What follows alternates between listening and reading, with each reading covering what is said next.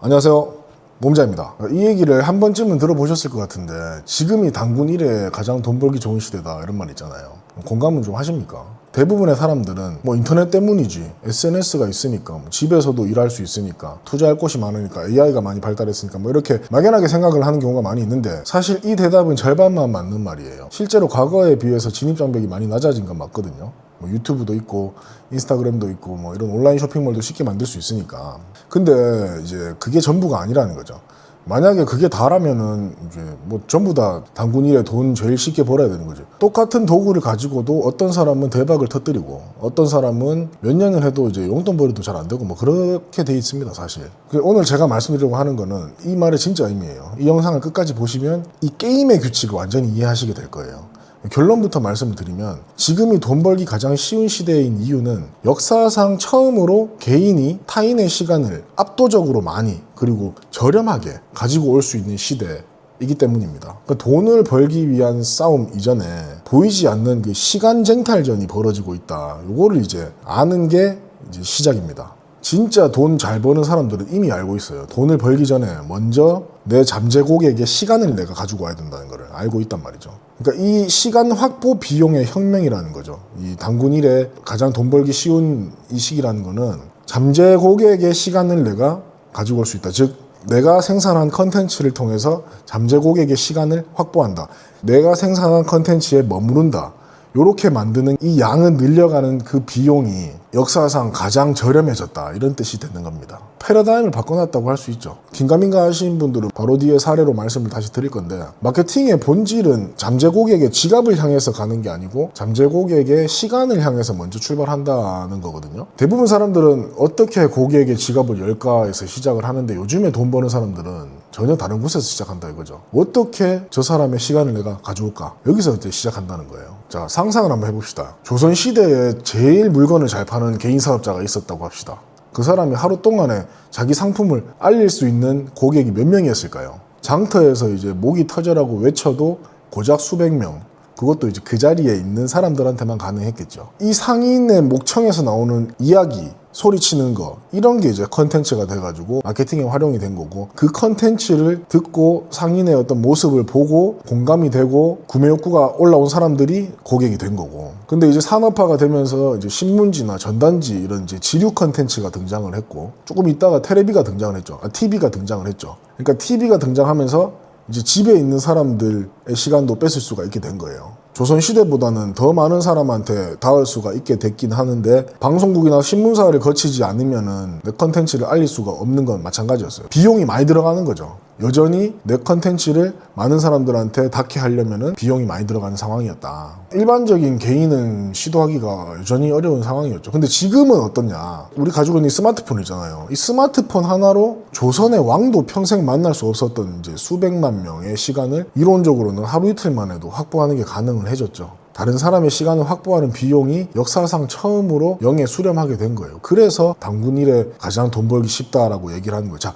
돈 얘기를 안 하고 지금 시간 얘기를 하잖아요. 요즘에 돈 버는 사람들은 이 고객들의 시간을 계속 쌓아놓고 이거를 구매로 전환시키면서 매출로 바꿔간단 말이에요. 제 얘기를 잠깐 드리면, 저도 유튜브를 통해서 제가 제공할 수 있는 서비스에 관심이 있는 사람 또는 가치 있다고 생각하는 사람 모을 수 있는지 제가 확인하고 싶었어요. 그래서 제가 남들보다 열심히 했던 백화점 명품 구매 대행에 대해서 강의로 이제 상품화를 했고, 요거 관련돼서 컨텐츠를 계속 꾸준히 어렵지만 어설프지만 계속 생산을 하게 된 거죠. 성과는 분명히 있었는데 뭐 대성공이었다라고 하기에는 조금 부족한 부분이 있습니다. 저의 컨텐츠의 부족함이 있을 수도 있고, 제가 제공하는 서비스 자체의 그 본질의 부족함이 있을 수도 있고, 뭐 여러 군데 여러 가지 요소들이 있겠지만, 근데 유튜브는 좀 어렵긴 어렵습니다. 지금도 아직 어렵습니다. 근데 뭐 이 이야기는 저처럼 뭐 컨텐츠 마케팅으로 성과를 낸 경험이 없어도 다 공감을 하실 수가 있어요. 왜냐면 우리는 이미 자본주의에서 서로 다 고객이잖아요. 잠재 고객이고. 여러분이 이제 최근에 뭔가 구매했던 과정을 한번 떠올려 보시는 거예요. 지갑을 열기 전에, 내가 결제를 하기 전에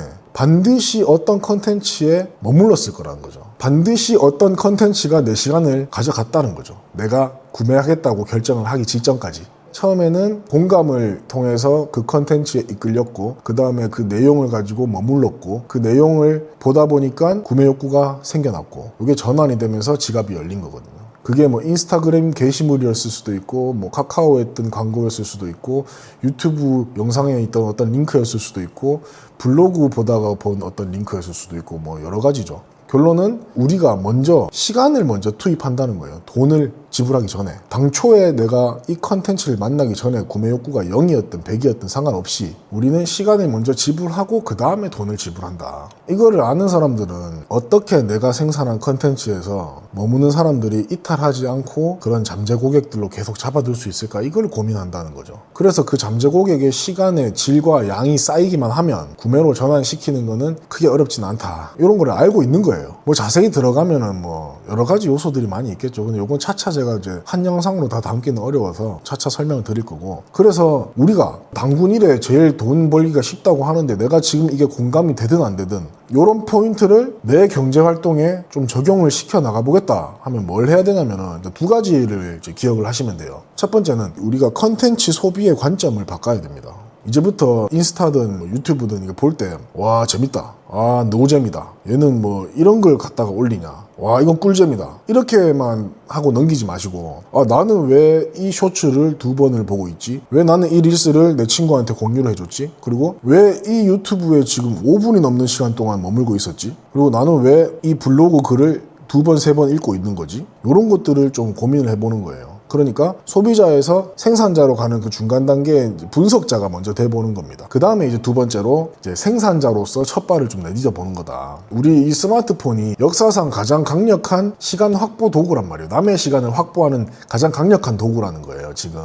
일단 완벽하려고 하시면 안 돼요. 어차피 완벽 안 되고, 완벽하려고 하면 아무것도 못합니다. 일단 여러분들이 뭐 글을 쓰든지 사진을 찍든지 음성을 녹음하든지 아니면 뭐 영상을 만들든지 거기서 자막을 달든지 뭐든지 좋다 이거예요. 남의 시간을 단 10분이라도 내가 생산한 컨텐츠에 머물게끔 한번 만들어 본다, 이런 생각으로 이제 시작을 해보면 됩니다. 내가 만든 어떤 형태든 어떤 컨텐츠에 한 10분만이라도 머물게끔, 한 명이 10분 머물 필요는 없고 1분씩 10명이 머물러도 되고 30초씩 20명이 머물게 해도 되고, 이런 생각으로 좀 가볍게 시작해 보시면 좋겠습니다. 근데 여기서 또 중요한 거는 반드시 뭐 구매로 전환시킬 뭔가가 있어야만 시작할 수 있다고 생각을 안 하셔도 된다는 거예요. 나는 뭐 다른 사람의 시간을 확보해봤자 당장 뭐 팔 게 없는데, 그렇게 생각을 하실 필요가 전혀 없고, 사람들의 시간을 확보하는 것 자체만으로도 이걸 돈으로 바꿀 수 있는 가능성이 있는 거거든요. 일단은 내가 타인의 시간을 확보하는 능력만 갖추면 그 다음부터는 그거를 갖다가 나의 최종 고객으로 전환을 하든 아니면 남의 최종 고객으로 전환을 해주든 그 다음에는 여러 가지 또 생각해 볼 수가 있는 거예요.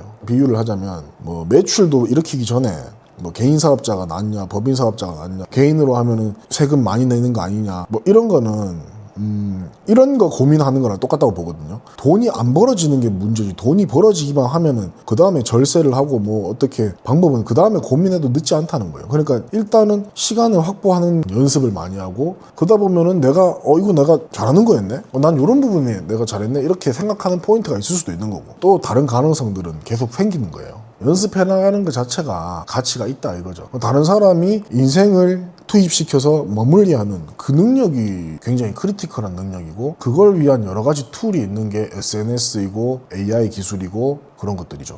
본질은 타인의 시간을 내가 계속 쌓아 놓는다가 본질이에요. 그 다음에 툴들이 있는 거고, 지금 이 순간에도 누군가는 우리 시간을 가져가면서 또 돈을 벌고 있어요. 이제 우리가 선택을 하는 거죠. 계속해서 타인의 컨텐츠에 내 시간을 지불하는 소비자로 남을 건지, 아니면 나도 나만의 컨텐츠로 다른 사람의 시간을 얻어내는 생산자가 될 건지, 그건 선택인 거죠. 물론 현생이 바쁘고 내가 뭐 새로운 일을 할 수 있는 시간이 항상 확보되어 있는 그런 사람들이 있겠습니까? 다 바쁘고 이제 생업에 치이겠지만 어차피 우리가 1, 2년 더 살다 갈 거가 아니기 때문에 제가 앞에서 말씀드린 그 두 가지 행동 강령을 조금씩 적용해 나가 보시길 추천을 드립니다. 그리고 이 영상이 도움이 되셨다면 좋아요 한번 눌러주시고요. 다음 영상에서는 실제로 타인의 시간을 확보해 나가는 데 있어서 실력의 영역이 어디까지인지, 이거를 내가 스스로를 개발해가지고 탑재하는 게 합리적인지 아니면 어디서부터 어디까지를 레버리지를 해야 되는지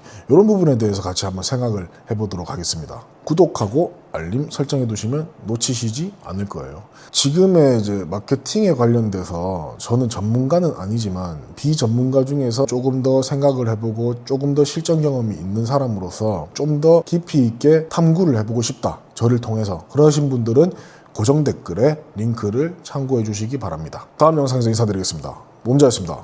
안녕.